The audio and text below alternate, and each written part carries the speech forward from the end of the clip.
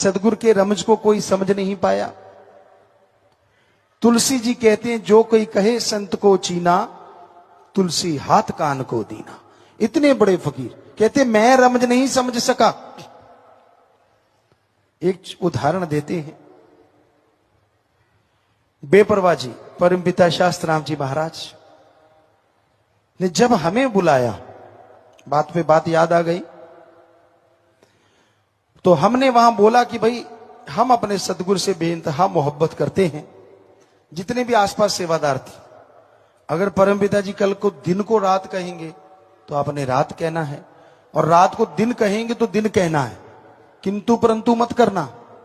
कहते जी ठीक है। पर एक सज्जन हमें कहने लगे कि परमपिता जी कई बार अजीबोगरीब सी बातें कर देते हैं। हमने कहा अच्छा। कहता हाँ। हमने कहा दिखाओ। बेपरवाह जी ने कहा कि भाई लस्सी पीनी है। लस्सी जो बिलोते हैं उसके बाद जो लस्सी रह जाती है, तो हमने कहा भाई ठीक है। बेपरवाह जी ने लस्सी पी ली। अगले दिन कहते बुद्धू तूने लस्सी दे दी, नजला हो गया। परमपिता ये कह के चले गए। वो कहता मैंने कहा था ना, देख हमें कहने लगा, देखो खुद ही लस्सी मांगी परमपिता जी ने। हमने कहा हाँ। कहता अब वो मुझे लड़ रहे हैं कि भी तूने लस्सी क्यों दी, हमें नजला हो गया। हमने कहा मूर्ख, तू क्या समझे सतगुरु की रमज। वो जो तूने तेरे हाथ से लस्सी दी, पता नहीं तेरे पहाड़ जैसे कितने कर्म को सतगुरु ने डांट के खत्म कर दिया, अपने पे लेके अपना नजला लेके खत्म कर दिया। तू क्या जाने।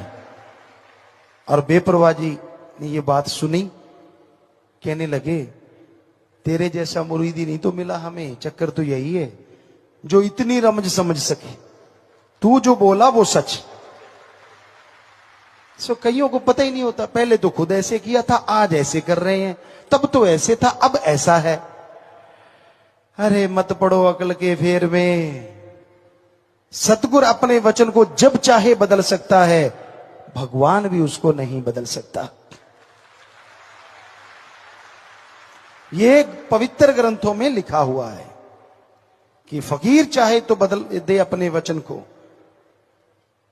कहते हैं भगवान की बांधी गुरु छुड़ाए, पर गुरु की बांधी कौन छुड़ाए।